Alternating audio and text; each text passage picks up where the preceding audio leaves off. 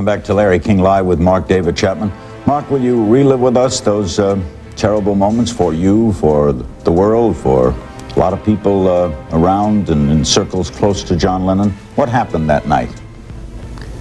Well, if you want to pick it up from the night, I was standing there with a gun in my pocket. Knew you were going to shoot him? Sorry? Knew you were going to shoot him? Absolutely. Okay. Tried not to, praying not to, but knowing down deep it was probably going to come to that. Did you know it would be that night? Did you know you would see him again? Yes, I knew that morning, oddly, when I left the hotel, I had some type of premonition that this was the last time I was going to leave my hotel room. I hadn't seen him up to that point. That's what makes it interesting. I wasn't even sure he was in the building. And then I left the hotel room, bought a copy of The Catcher in the Rye, signed it to Holden Caulfield from Holden Caulfield, and wrote underneath that, "This is my statement," underlining the word "this," the emphasis on the word "this." I had planned not to say anything after the shooting. Walked briskly up Central Park West to 72nd Street and began milling around there with the fans that were there, Jude and Jerry, and later a photographer that came there. Okay. And then John came out that day, right? He came out. I was leaning against the gargoyle studded railing and was looking down. I was reading The Catcher in the Rye, and I believe he got into a taxi and disappeared. And then later that day, I had gone to lunch with, I believe, Jude. We came back. With who? With Jude. She was a fan there that was there at the building. And we struck up a conversation about Hawaii, about John Lennon. She'd been there a number of times. And at one point during the day, she had left, and John came back out. I don't remember him going back in from the taxi, but he was obviously back in the building. He was doing an RKO radio special.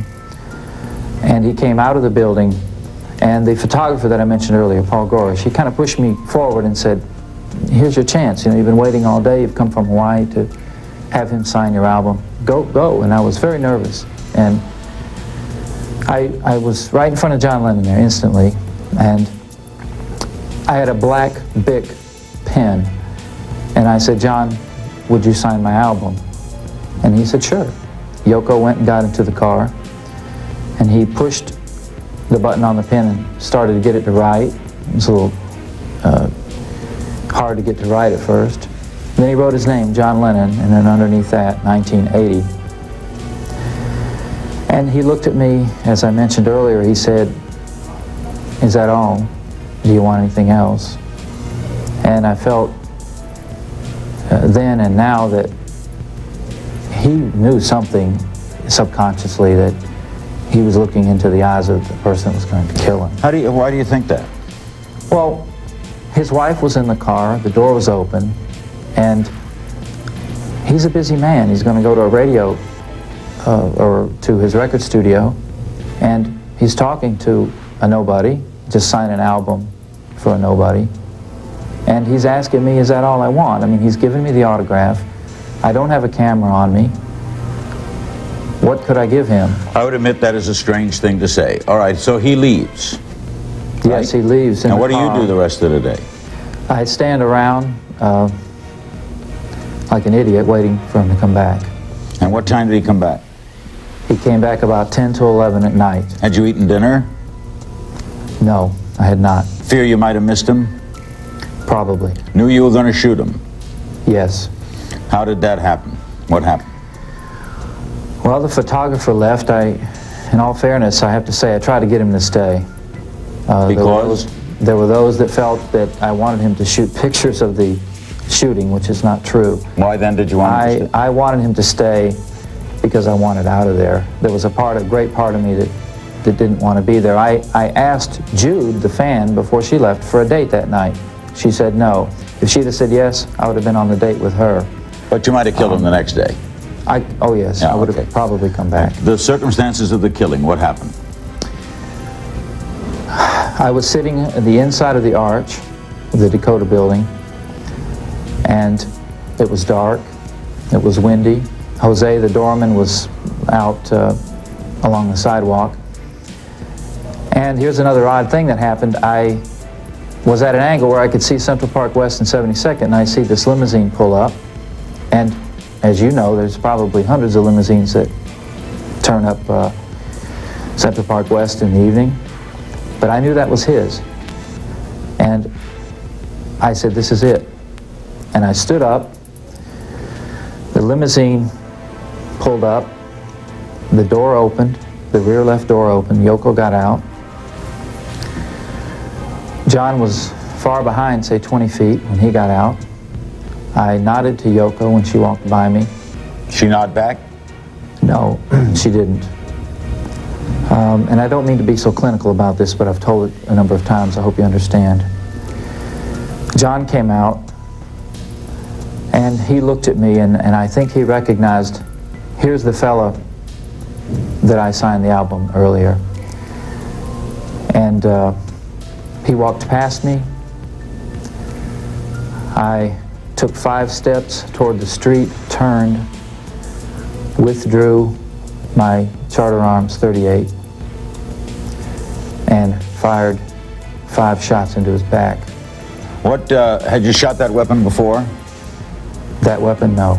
I didn't even know if the bullets were going to work. And when they worked, I remember thinking, they're working, they're working. I was worried that the plane in the baggage compartment, the humidity had ruined them. And I remember thinking, they're working. What did Yoko do? She naturally, and I can't blame her, she dashed around the stair area. I don't know if it's still there at the Dakota today, but she just, you know, ran for cover, which is what anyone would do. John, according to what I've been told, stumbled up the stairs, and then I saw her come back around and then go up to the stairs, and then she cradled his body. Did she scream? I don't think she screamed, but a few minutes after that, there was just a blood-curdling scream from someone, and it put the hair on the back of my neck straight up. Were you relieved? No, what happened was I was in a... What happened before the shooting, before I pulled the trigger and after, were 2 different scenes in my mind. Before, everything was like dead calm, and I was ready for this to happen. I even heard a voice, my own, inside of me say, do it, do it, do it. You know, here we go. And then afterwards, it was like the film strip broke. I fell in upon myself.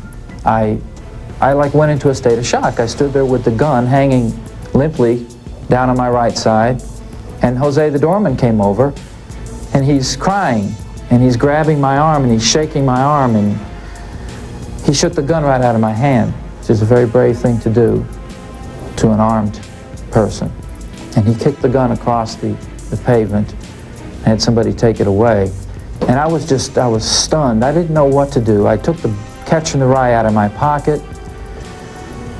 I paced, I tried to read it.